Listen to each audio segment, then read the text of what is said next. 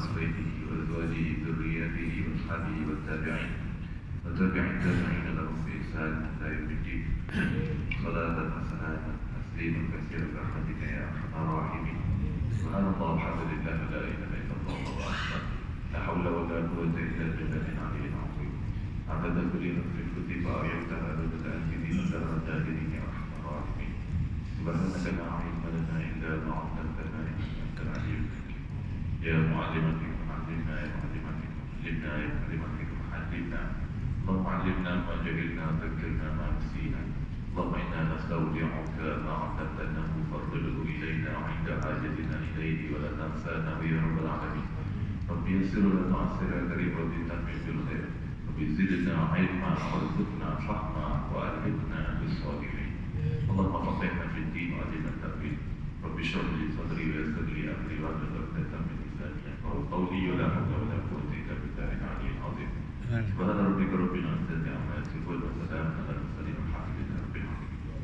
أما بعد. قال المصنف رحمه الله نفعنا بعلومه في الدارين آمين يا رب العالمين.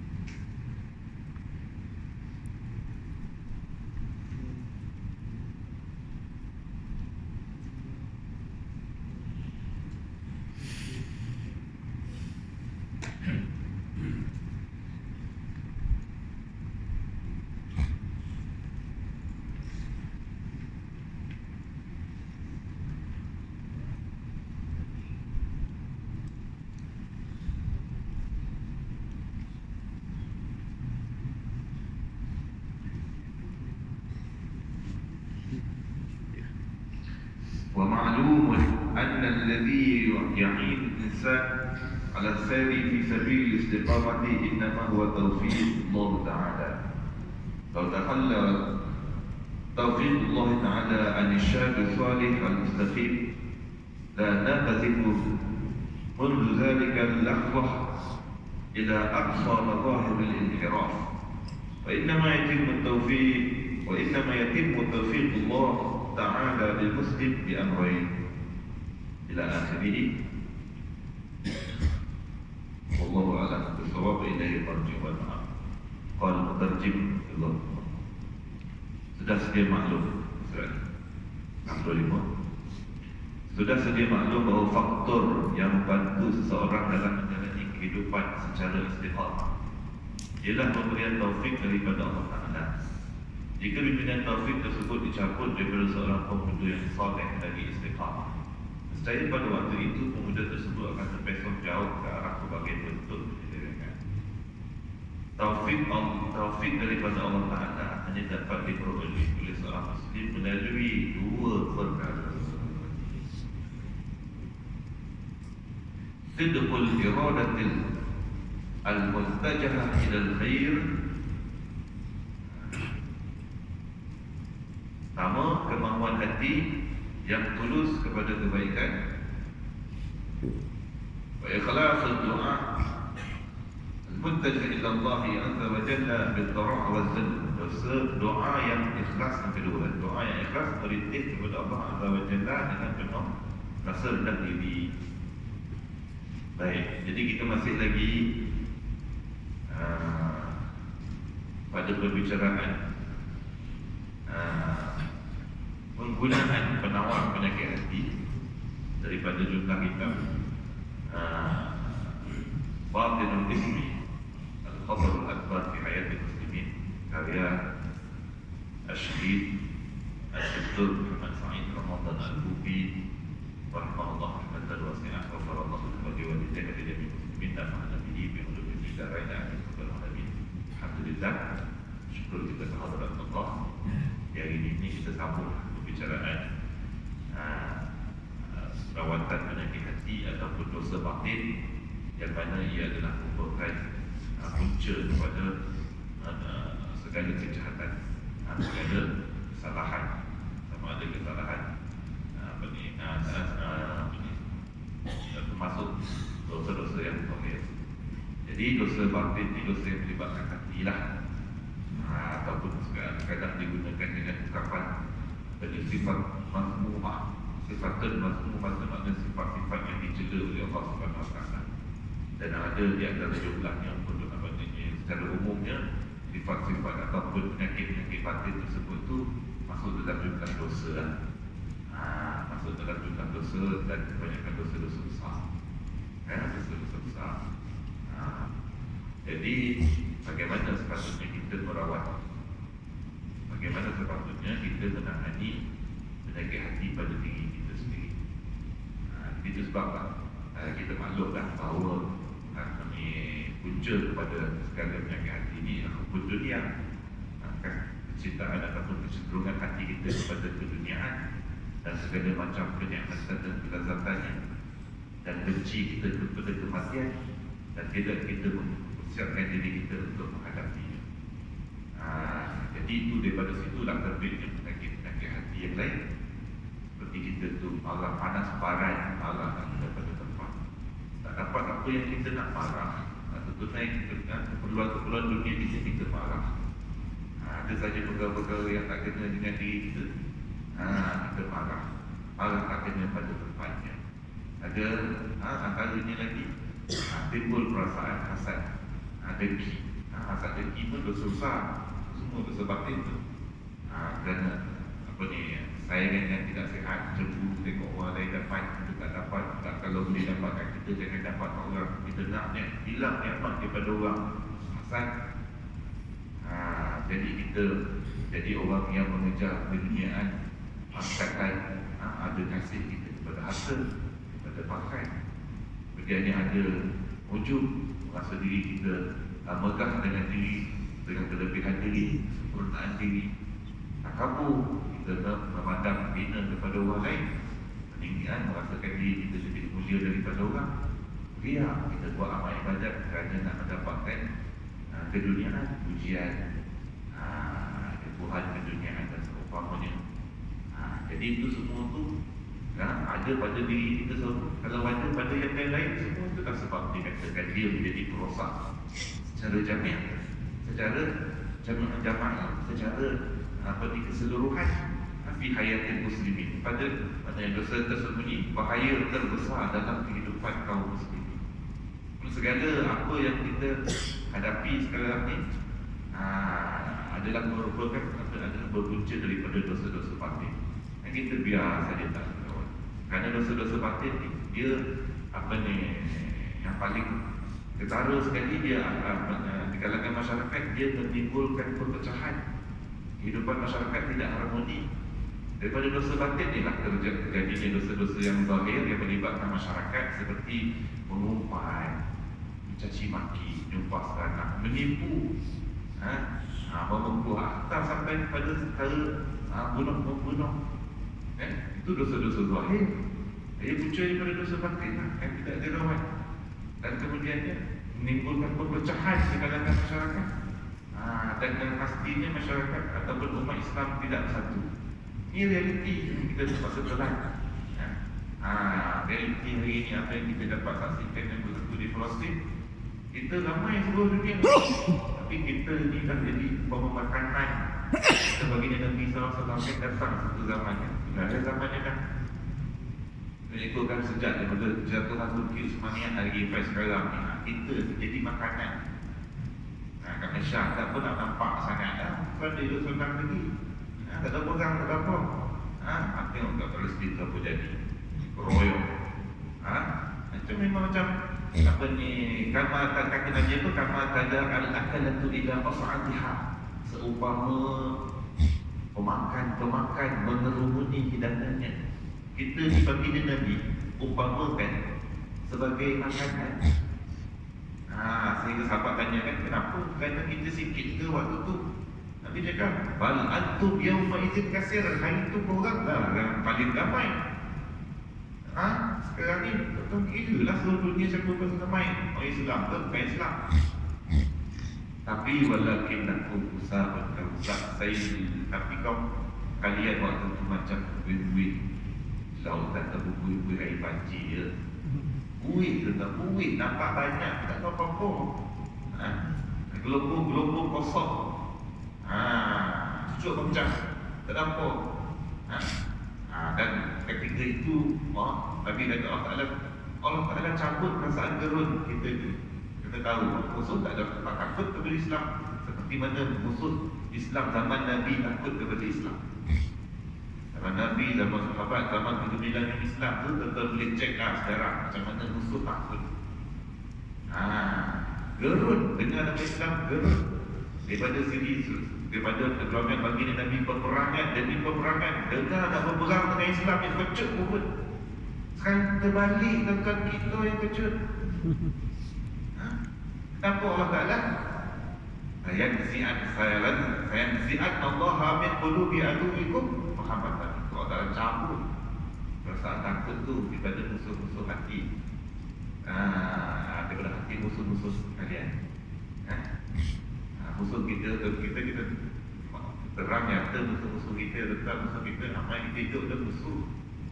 Kalau nak kita orang Islam, memang kita ada musuh. Yahudi, Nasara memang musuh yang nyata. Rasulullah nyata dalam Quran, la tardu anka al-yahud wa an-nasara hatta tattabi'a millatahum. Yang kita kata Yahudi dia baik, dia baik kalau dia masuk Islam, baiklah dia. Kalau tak ada masuk Islam, dia dengan doktrin dia tu, dengan dia punya Judaism dia tu. Jangan kita nampak ni apa berlaku di Palestin ni hanya Zionis saja. Kita kena pandang Judaism tu, diserangan agama tu. Kita cerita kepada Imam Hadis, kita punca dia tu. Kenapa? Allah Ta'ala Allah Ta'ala campakkan ke dalam hati kita apa dia? Wahai, ada wahai. Wala sifat Allah fi qulubikum. Wala sifat Allah fi qulubikum al-wahna. Sebabnya apa dia wahan tu? Nabi kata hubbud dunya wa karahiyatun. Maksudnya letak pada hati tu, Nabi bagi dah jawapan. Takut punca umat Islam tumpah, jatuh. Kerajaan Islam tumpah, jatuh. Kemudian dikeroyok, kemudian jadi makanan. Sebelum dia kembali zahir. Apa punca dia? Seolah-olah Nabi bagi tahu punca dia dekat situ.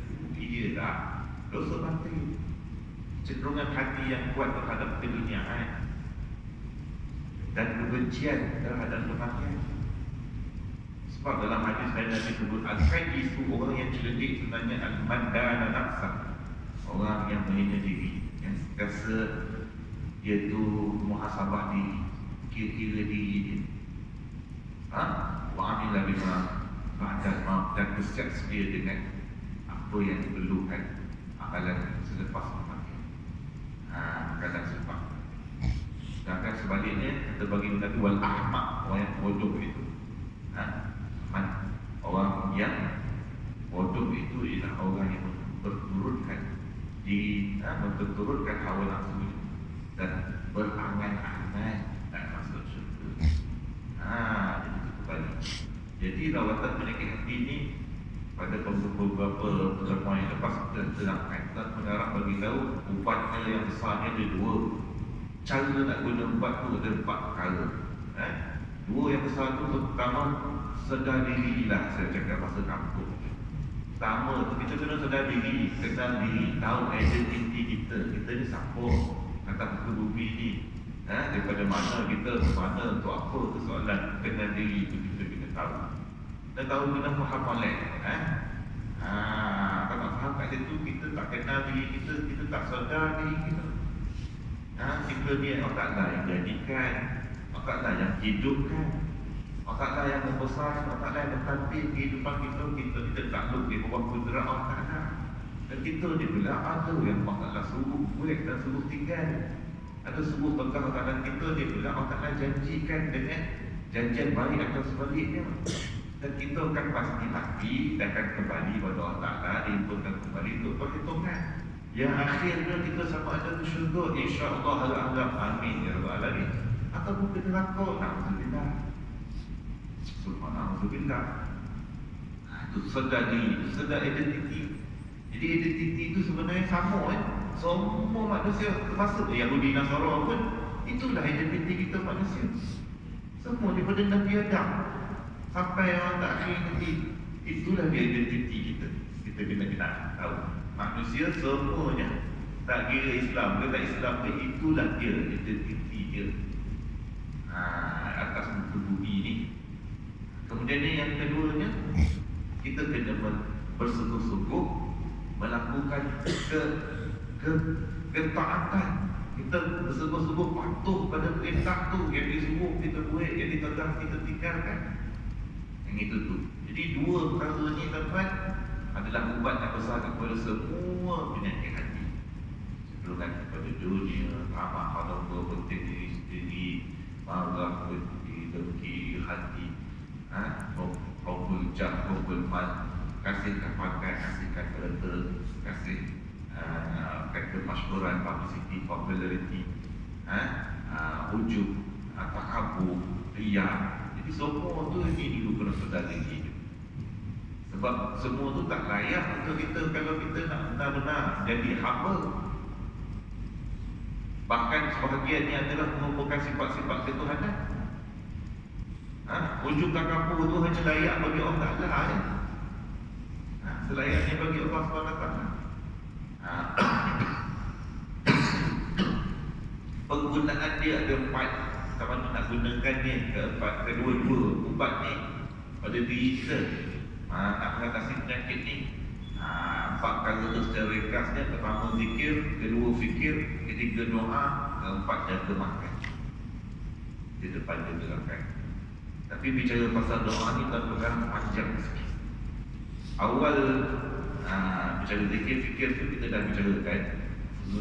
Yang bicara pasal doa ni, antara awal maknanya kita kena banyak berdoa, merayu dan merintih kepada Allah Azza wa Jalla. Jadi kita fahamkan betul-betul pengertian berdoa. Jadi doa tu adalah merupakan satu ibadah. Doa ni satu ibadah, ibadah yang sangat penting. Disebut ibadah, apa makna ibadah secara ringkas? Daripada sudut bahasa, ibadah ni maknanya pengartian diri. Perihal, maknanya ibadah ni perihal mengartikan diri. Ada pengertian syariat, ibadah ni apa-apa saja yang diberi pahala tu semua ibadah.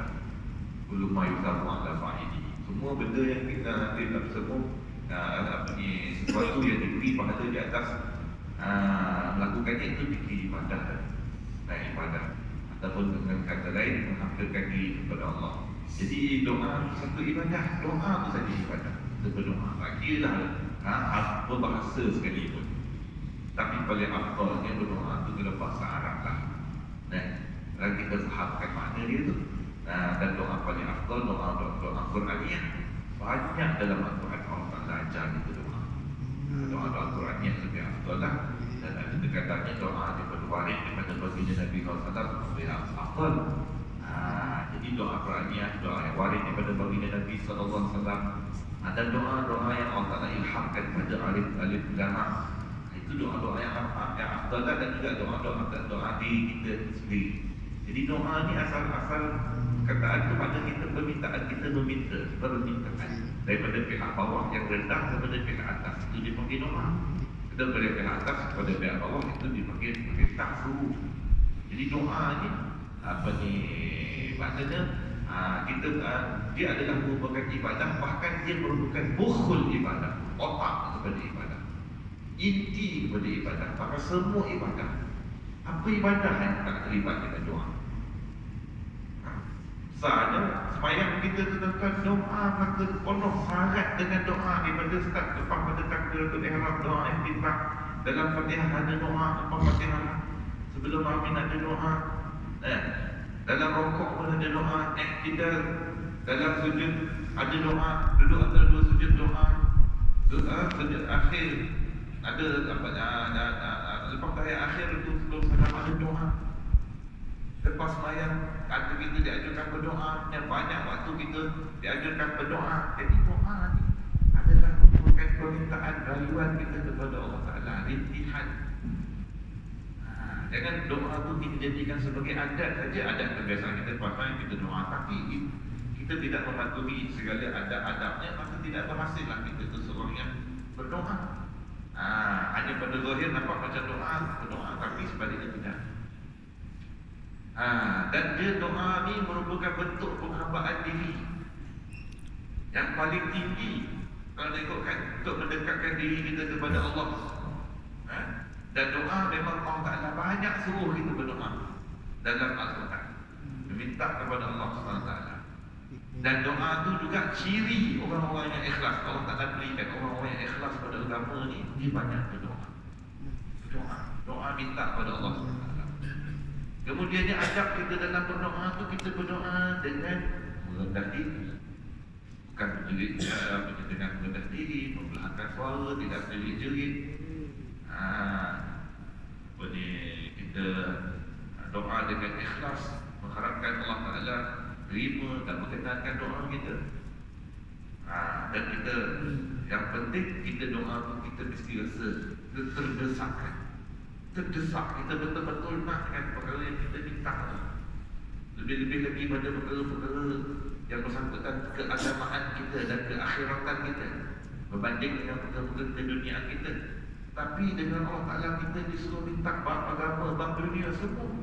Hatta ketika kita tu ketali sepatu kita terputus pun, garam kita habis pun habis, kita minta pada Allah Ta'ala.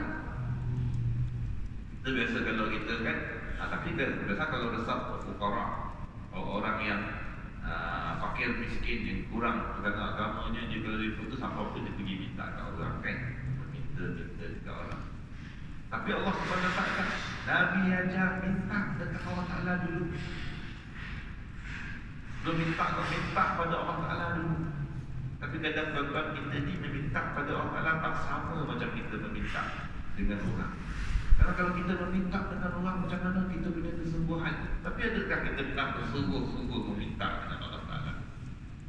Entah pernah didatangi makanya kita mungkin pernah ditangi orang berayu-rayu sampai nak seolah-olah macam nak sujud dekat kaki kita, nak pegang kaki, tolonglah bagi saya. Kadang-kadang kita desak, tolonglah Tuhan saya, minyak bagi saya RM2 dia cukup kan, saya nak isi minyak. Biasa kan tuan-tuan tak kata nak jumpa kat saya minyak macam tu kan.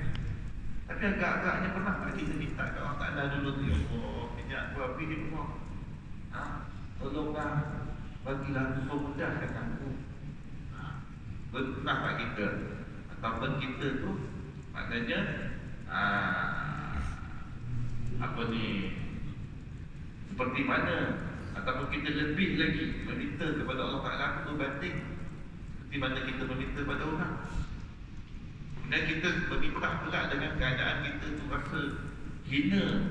Dengan rasa hina minta Allah Ta'ala ni, kita rasa diri kita tu hina. Memang kita hina pun di sisi Allah Ta'ala.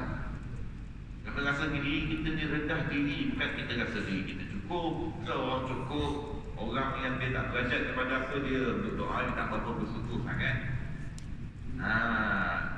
Orang yang kalau dia tak belajar, begitu juga dalam, dan juga antara lagi adab berdoa ni dengan perasaan takut, gerut dengan dosa-dosa, memikirkan dosa-dosa kita, Allah Ta'ala terima ke tak agaknya. Jadi kita takut doa ni. Ini antara perkara-perkara yang kita perlu beri perhatian ketika kita berdoa.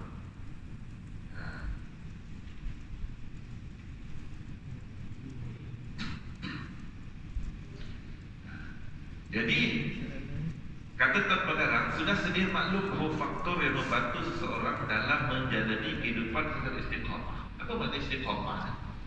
Istiqamah ni kalau daripada sudut bahasa, istiqamah ni lurus, ataupun dia lurus ataupun tetap. Istiqamah.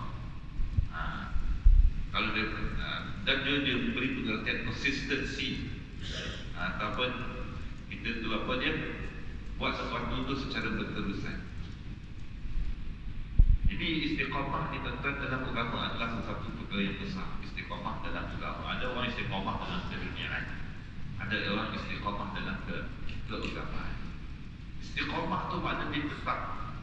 Jadi istiqamah, al-istiqamah tu khairun min an Satu istiqamah lebih baik daripada diberi 1000 kemuliaan. Perkara pelik yang mencari adat. Itu yang pernah berlaku satu ketika, peristiwa mencari adat. Ini tak dalam kitab saya ingat tak apa yang berlaku pada zaman yang Hajar ketika di Mekah, zaman Ibnu Daqiq al-Aid. Daqiq al-Aid ni dia ni terkenal lah waktu tu, zaman tu dengan ada karamah yang betul-betul pelik. Dia pernah pergi bertawaf di masjid Masjidil Haram, tawaf Kaabah, keliling Kaabah. Sambil bertawaf dia pukul gendang. Dia pukul gendang. Duh kompak tawaf. Dia bawa pasal tentang badan tertangkap nanti. Jadi heboh pun. Karamah nanti kebet. Jadi dia pukul gendang. Jadi orang pun malah dia. Ini bid'ah. Maka itu ada orang marah kan. Kita terangkan. Lepas tu dia bercakap dengan kompak dia. Kompak, orang tak bagi aku bawa kau lah. Kau tawaflah sendiri. Lepaskan kompak dia. Kompak tu pun tawaf keliling Kaabah tu. Maka perkara tersebut gempa. Sampaikan kepada Ibn Hajar, Mufti turun.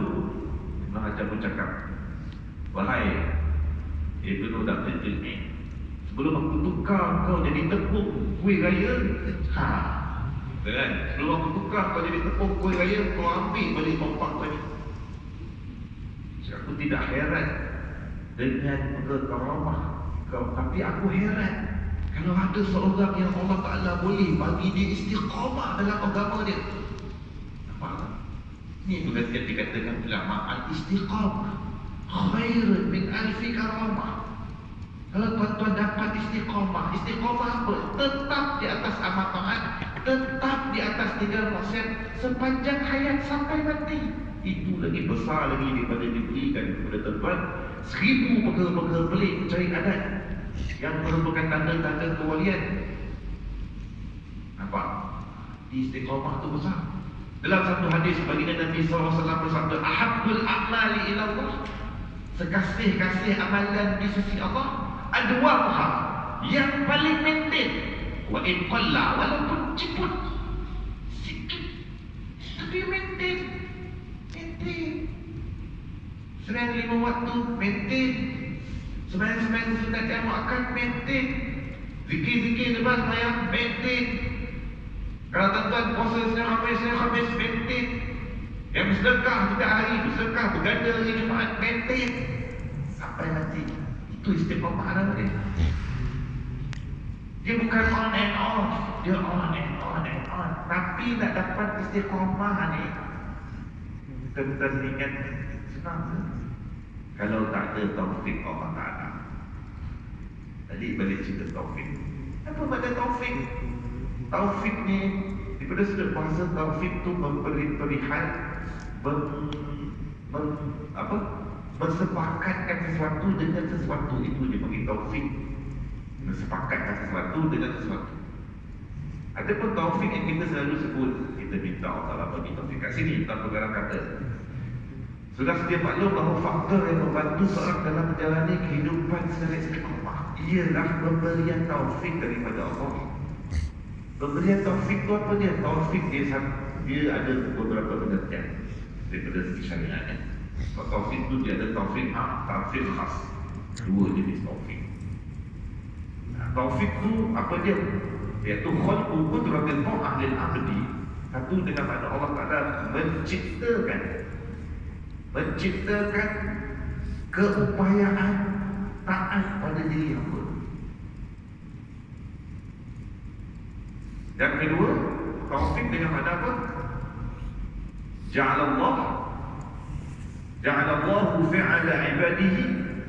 Allah Ta'ala menjadikan Allah SWT akan perbuatan hamba ni muwafiqan, sepakat, secocok dengan lima yuhibbuhu wa yardah, dengan apa yang dia Allah Ta'ala kasih dan Allah Ta'ala redha.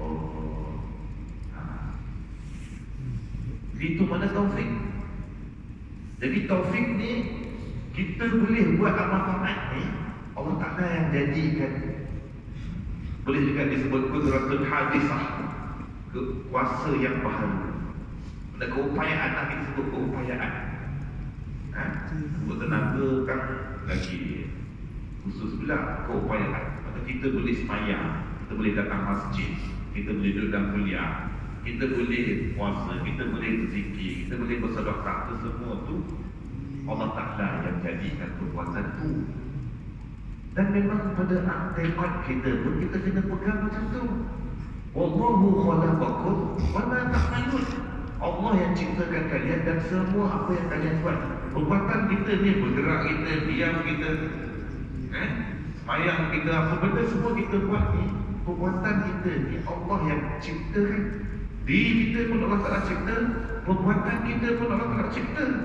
Tetapi perbuatan kita ni Allah Ta'ala ciptakan berdasarkan apa yang kita kehendak dalam hati.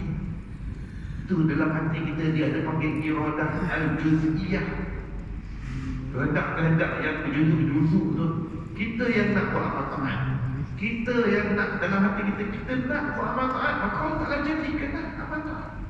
Dan hati kita nak buat maksiat, Allah Ta'ala jadikan perbuatan maksiat pada diri. Betul. Di sisi ahli atau di sisi Asy'ariyah, wa indana lil 'abdi kasbul kulli fa'ala yakul mu'assiran fal ta'rifa.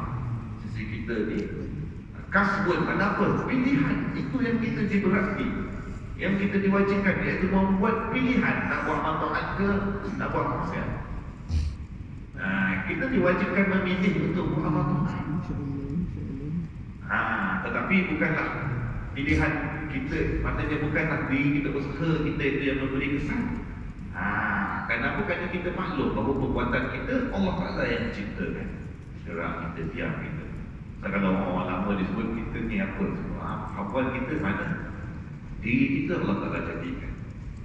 Bukan kita jadikan diri kita sendiri. Perbuatan kita pun, ini pegangan ahli sunnah wal jamaah. Tentang i'tikad macam mana? Adakah tuan-tuan mengiktikad perbuatan sendiri yang jadikan? Kalau tu iktikad tu salah tu. Betul kan? Perbuatan kita ni, gerak diam kita ni, bukan kita yang jadikan, Allah Ta'ala yang jadikan. Betul-betul? Bukan kita yang cipta, Allah Ta'ala yang cipta perbuatan kita. Nampak daripada zahir macam kita yang cipta perbuatan kita sendiri. Bukan, Allah Ta'ala yang ciptakan. Tapi penciptaan perbuatan itu adalah berdasarkan kepada ikhtiar. Apa dia ikhtiar? Ikhtiar ni kalau orang Melayu kita faham ikhtiar itu makna usaha. Tapi ikhtiar itu dalam bahasa Arab, ikhtiar itu maknanya pilihan. Pilihan hati. Kita disuruh memilih. Setiap hari kita kena pilih satu-satu. Jadi taufik Allah Ta'ala tu, kalau dapat Allah Ta'ala bagi taufik, kita boleh istiqamah. Seperti mana para anbiya wal mursalin was siddiqin was syuhada was salihin boleh istiqamah. Jadi kata tuan pengarang tengok situ, jika bimbingan taufik tersebut dicabut daripada seorang pemuda yang soleh, na'udzubillah, tak jauh. Semoga Allah Ta'ala jangan cabut taufik daripada kita. Amin ya rabbal alamin.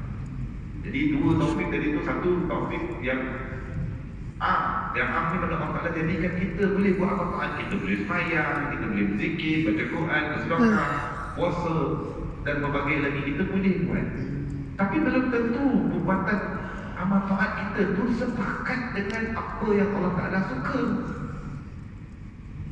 apa yang Allah Ta'ala setuju. Contoh semayang. Semayang nak, kalau nak semayang dalam keadaan yang Allah Ta'ala suka, Allah Ta'ala redha semayang kita, Allah Ta'ala setuju dengan semayang kita tu, semayang yang ikhlas, semayang yang tak ada riya, semayang yang sah pada asas dia, semayang yang sah segala syarat rukunnya. Itu satu. Kemudian dia semayang tu kena selamat daripada perkara-perkara yang membatalkan dan membinasakan pahalanya. Itu yang Allah Ta'ala suka. Jadi dua-dua taufik tu kita hajati. Kita Allah bagi kita taufik khas, taufik am. Taufik am maknanya kita boleh buat amal taat. Taufik khas, amal taat kita tu sepakat dengan apa yang Allah Ta'ala kehendaki, Allah Ta'ala kasih. Faham? Jadi kalaulah Allah Ta'ala cabut taufik daripada seseorang, alhamdulillah kan, orang-orang soleh boleh jadi soleh, alhamdulillah. Banyak yang kisah dalam Quran ni yang asal dia bukan jalan orang. Ini bukan Nabi lah. Nabi memang Allah Ta'ala pelihara lah. Orang yang daripada negara Inggeris tak boleh masuk sini kan, Makkah tak boleh kan. Masuk Islam. Dia masuk Islam dulu baru boleh masuk. Kalau dimaksudkan. Tapi sedaripada Nabi tak ada berlaku kisah. Bal'am ibn Ba'urah zaman Nabi Musa. Itu bukan cacaran orang ahlul kitab. Qarun ahlul kitab. Qarun ahlul kitab. Alif dan masuk dalam 70 orang yang dipilih oleh Nabi Musa untuk memunajat Allah Ta'ala di Bukit Tur Sainah. Qarun salah seorang. Tengok apa kesudahan Qarun. Bal'am ibn Ba'urah ahlul kitab, wali. Orang kata bukan, dikatakannya doa dia mustajab, apa dia minta makbul. Sampaikan sesat Nabi Musa 40 tahun di padang Tin dengan sebab doa Bal'am ibn Ba'urah. Tapi dia Allah telah mengumpamakan seperti anjing. Alhamdulillah. Kerana apa? Tengok, kenapa perkara ini berlaku? Kerana Allah Ta'ala cabut taufik. Sebab kita ni, bila kita dah boleh buat amal ibadat, jangan belagak, jangan wujud, jangan takabur. Kita kena nampak kita boleh buat amal ibadat ni, Allah Ta'ala tolong kita. Sebab Allah Ta'ala bagi taufik dekat kita. Kalau Allah Ta'ala tak bagi taufik, sama lah kita dengan orang yang tengah membutuh, tak semayang, buat macam-macam perkara larut, perkara maksiat. Kerana Allah Ta'ala tak bagi taufik, Allah Ta'ala cabut taufik. Waliyahzubillah. Parsifo, nama tu tak ada dalam Quran. Tapi kalau tuan-tuan tengok tafsir, ada lah sebagai Israeliat yang katakan nama tu Parsifo. Kalau Parsifo ni dia zaman siapa? Bukan, Parsifo ni dia seorang yang kuat buat amal ibadah. Uban, kuat buat amal ibadah. Dia tu berakhir dengan suhul khotimah, kan tipu daya dengan iblis. Dia asal pokok yang kuat buat amal ibadah. Dia tinggal biara dia dulu juga kahwin tidak apa tidak. Tapi kesudahan dia jadi apa? Orang pakai macam ni, Jadi siapa dia dengan iblis kan. nampak orang pakai macam ni dekat hotel. Rancangan iblis dia kata, siapa boleh goda dia ni? Parsifo. Dia bukan jalan orang. Bukan jalan-jalan sekat yang boleh goda dia di kalangan ada pun. dan sekat yang biasa-biasa Setahu saya dia prepare tak tapi pakai macam ni tradisional. Mesti tahu dah saya bawa umrah. sekat itu abiat. Sekat putih. Nama benda. Ihram. Lain dah kan? Masih Hira dia tak pakai ni tak buat ihram. Boleh. Dia sekat putih. Kalau ihram dia tak dia buka ni pakai. Ya. Parsifo ni panjang kisah ni. Masa Kita saya nak tak tahu itu contoh-contoh orang yang Allah kaya taufik. Dia tak haji ya. Apa? Sudah hanya kira rogol lah puteri raja yang dihantar ubat dekat dia. Dan dah rogol, bunuh dan tanam sembunyikan. Kemudian dia kata dia tangkap dah sekali. Si Abiad ni pun bagi tahu dia menjahirkan diri dia kena salib dah sekali. Kena bakar dah Parsifo ni. Buat honor dengan puteri raja. Nampak? Abiad betul lah sekali dia pun zahirkan diri di depan Parsifo. Dia kata, kau tahu sebenarnya ini semua perancangan. Yang mana dia pengaruh sultan hantar anak dekat kau. Macam mana aku pengaruh waktu bila dia dapat kata kaki Parsifo. Waktu Parsifo makan. Kenapa waktu makan lupa Allah Ta'ala? Jadi kita ingat waktu makan pun kena ingat Allah Ta'ala. Jadi waktu kita lupa Allah Ta'ala yang tak pakai, waktu tu dia dapat goda Parsifo. Itu punca goda dia goda, Parsifo rogol dan bunuh. Ada rogol takut bunuh, buruk, tanam hidup dan kasih, nak kata hukum bunuh. Abiad pun menjenuhkan diri begitu. Ini perancangan aku semua, punya planning. Kan tak ada jalan selamat dah. Aku je yang boleh selamatkan kau. Kau nak selamat, aku boleh selamat. Aku boleh bagi tahu dekat raja tu, kau buat, oleh buat, biar. Tapi dengan satu syarat, kau nak. Yang kena mengaku, kena sujud kepada aku dulu. Kemudiannya, macam mana aku nak sujud? Katanya, aku dah kadang terikat macam ni. Tak perlu. Hanya cukup dengan tunduk kepala dia. Dia tunduk je kepada, biarpun aku berlepas diri daripada kau. Aku takut kau tak nak. Ceritanya jahat ni setan. Setan ni memang semua setan dia punya matlamat dia nak cabut akidah dia. Jadi tengok ni, contoh kisah-kisah orang yang tak cabut taufik dia, maka dia boleh berbalik daripada alim orang yang saleh kepada saleh beliau bilang taufik daripada Allah Ta'ala hanya dapat diperoleh oleh seorang muslim dari dua perkara. Nak dapat taufik itu dua perkara aja. Pertama, kemauan hati. Tadi kita cakap tu dia betul. Maknanya kemauan hati kita yang benar, yang tulus tu, mana yang benar-benar kita memang nak dengan kerja kebaikan, memang kita nak buat amalan, maka kau tak dapat. Satu lagi, yang kedua, doa yang ikhlas. Memang doa kita pada sungguh-sungguh kita minta Allah Ta'ala, bagilah, minta kepada Allah Ta'ala bagi kita boleh beramal, bagi kita istiqamah dalam amal tinggal maksiat. Maka dua ni, inilah doa yang ikhlas berintih kepada Allah Azza wa Jalla dengan penuh rasa rendah diri. Jika seorang muslim tulus berazam untuk istiqamah dan mengikuti jalan yang diridai Allah, lalu diiringi pula dengan rayuan kepada Allah yang dilakukan dengan hati yang penuh gemetar dan merendah diri, nescaya Allah akan benar-benar memandunya di jalan hidayah dan akan memelihara muslim tersebut dari segala godaan nafsu dan tipu daya syaitan. Maknanya kalau dua perkara ni kita jaga sungguh, mula-mula maknanya kehendak yang kuat dalam hati kita. Azam ni cita-cita yang kuat. Kita berazam sungguh-sungguh kita nak melakukan kebaikan, kemudian kita sentiasa berdoa minta Allah Ta'ala bagi kita hidayah.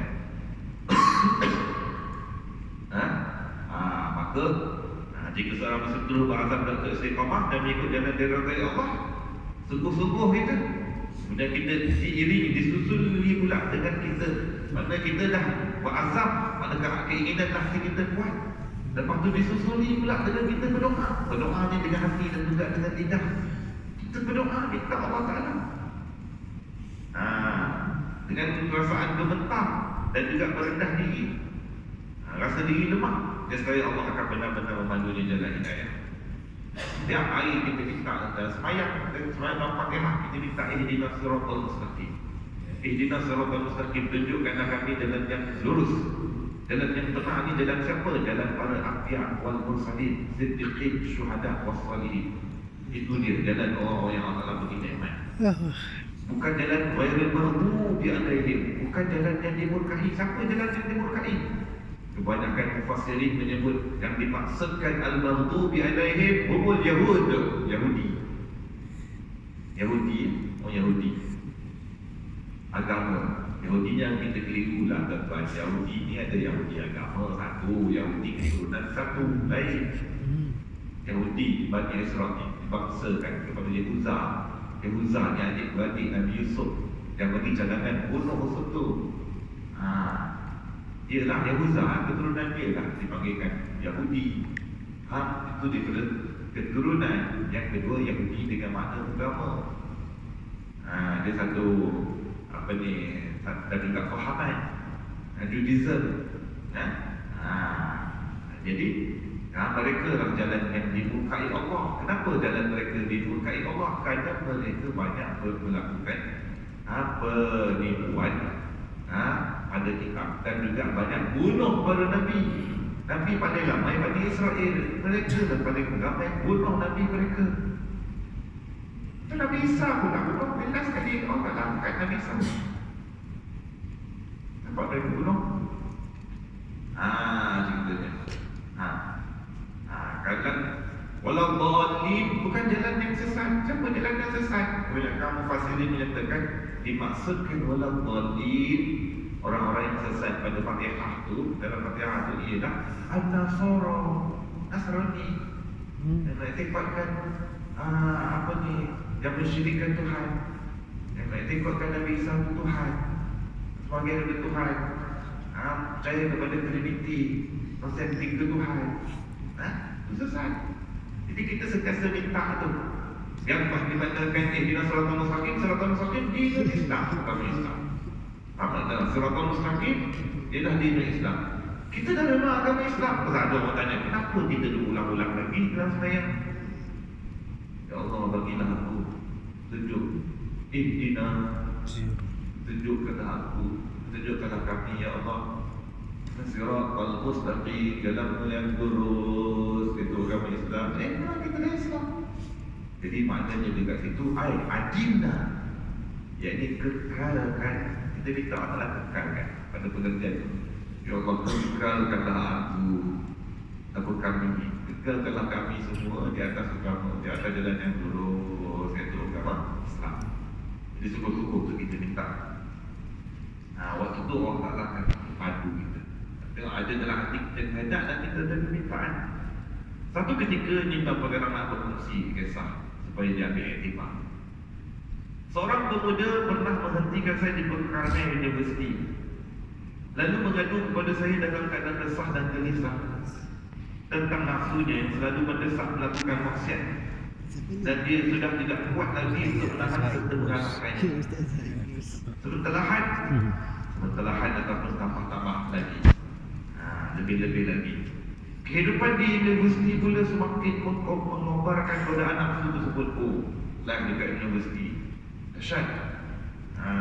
Dugaan perempuan, dugaan hiburan, universiti dahsyat.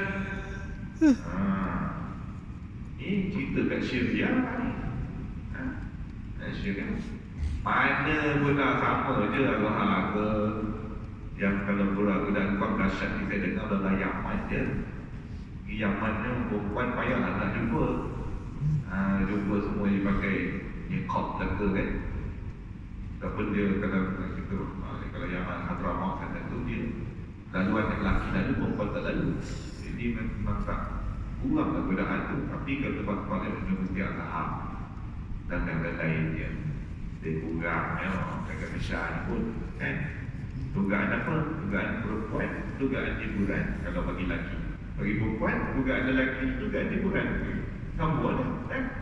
Jadi dugaan tu menarik kita kepada lakukan perkara maksiat. Dan tambah pula juga faktor penolak kenaan. Diri kita pula lemah. So penolak. Maksiat pula penarik.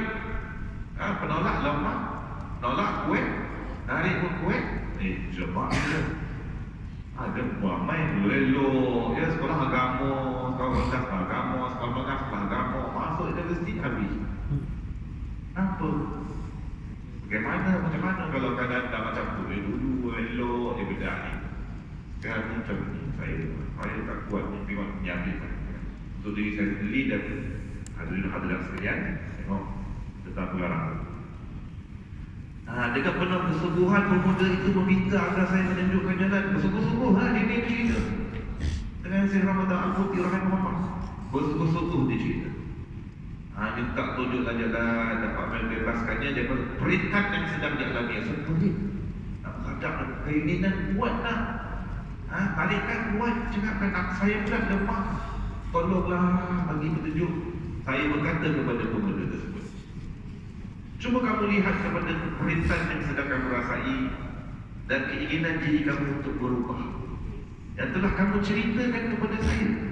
Adakah hal yang sama itu dengan lebih bersungguh-sungguh kepada Tuhan kamu yang Maha Agung? Berbicaralah dan merintihlah dengan penuh penghinaan diri pada waktu kamu bersendirian dengannya tanpa ada seorang pun bersama kamu. Pada waktu itu mintalah kepadanya agar dia mengurniakan taufik dan kekuatan buat kamu. Jika kamu melakukan perkara ini secara berterusan, nescaya Allah akan menerima doa kamu dan menyelesaikan keperitan yang sedang kamu hadapi dengan cara yang sangat mudah. Nampak? Maknanya begini. Bila lelaki itu, pemuda itu tadi, student itu dah cerita dekat Sidi Ramadan Al-Futi rahimahullah. dengan bersungguh-sungguh, tuan boleh bayangkanlah macam mana prosedur. Kita pun mungkin pernah kita bayangkan diri, kenapa kita mengadu dekat orang, kita cerita tentang masalah kita in detail. Kadang kita belajar dia pergi kedai, kadang-kadang 2-3 jam kita duduk dekat paparich. Duduk kita masalah orang hewan. Saya Allah pujian. Ni budak ni cerita masalah jiwa dia. Dia tak berada doa, dia tak kuat begini. Kita pula kalau kita cerita masalah bisnes kita personal, macam mana cara kita cerita dekat orang ni, kita muhasabah diri kita balik. Selama ni mungkin kita memang biasa dah, sebab kita tak boleh nak pendam sendiri. Kita akan cerita kat mak kita, kat ayah kita, kat adik-beradik kita rapat, ataupun kawan rapat kita, macam mana kita meluahkan perasaan kita, macam mana kita menceritakan kesusahan, keberitaan, kesakitan kita, macam mana. Lepas tu dia tanya, pernah tak kau cerita macam tu dengan Allah Ta'ala? Pernah tak? Tanya diri kita masa itu, pernah tak kita cerita? Ya Allah, aku ni pemarah, aku ni panas darah, aku ni ada rasa dengki, aku ni kasih kuat pada dunia, pada harta, pada makan ni, ya Allah. Aku ada lucu pada kampung, ada liak. Ya Allah, aku tak tahu, aku lupa nak berada benda-benda ni semua. Ini dhaifun, semuanya aku lemah, ya Allah. Faqawi bi, faqawi, kuatkan aku, ya Allah. Bersihkanlah penyakit-penyakit hati aku ini, ya Allah. Peliharalah diri aku, ya Allah. Aku ni koma, baik wasiat. Pelihara, tolonglah. Pernah tak begitu kita dengan Allah Ta'ala? Bayangkan kalau Nabi kata tadi sepatu kita putuskan, putus selipar kita, kasut kita koyak apa? Ya Allah, putus selipar tadi, tolonglah ya Allah, aku dapat selipar baru. Ya Allah, garam aku habis, ya Allah, beras aku habis, ya Allah. Dia bisa kita bang, boleh habis bang? Kan? Apa tu? Dia sebelum tak boleh habis, ya Allah, beras aku dah habis. Tolonglah. Bukan tak tunggu tak ada duit pun nak cakap macam tu. Tak betul ada duit sekali. Kalau ada duit, orang tak bagi terdekat, orang nak pergi beli goreng, tak tahu beli goreng tu dah. Jadi tak tolong. Allah habis makan dapat dapur habis. Jadi lebih lagi nak patut kita minta kepada Allah Ta'ala perkara yang bersangkut dengan agama itu, dengan akhirat itu. Kerana kita sedar tak ada siapa pun yang boleh bagi manfaat dan mudarat, tak ada siapa yang boleh mengeluarkan kita daripada kesusahan, kepayahan, keperikan, melainkan Allah Ta'ala. Dan di akhirat tak ada siapa pun yang boleh menyelamatkan kita dari neraka dan dapat masukkan kita ke dalam syurga, melainkan Allah Ta'ala.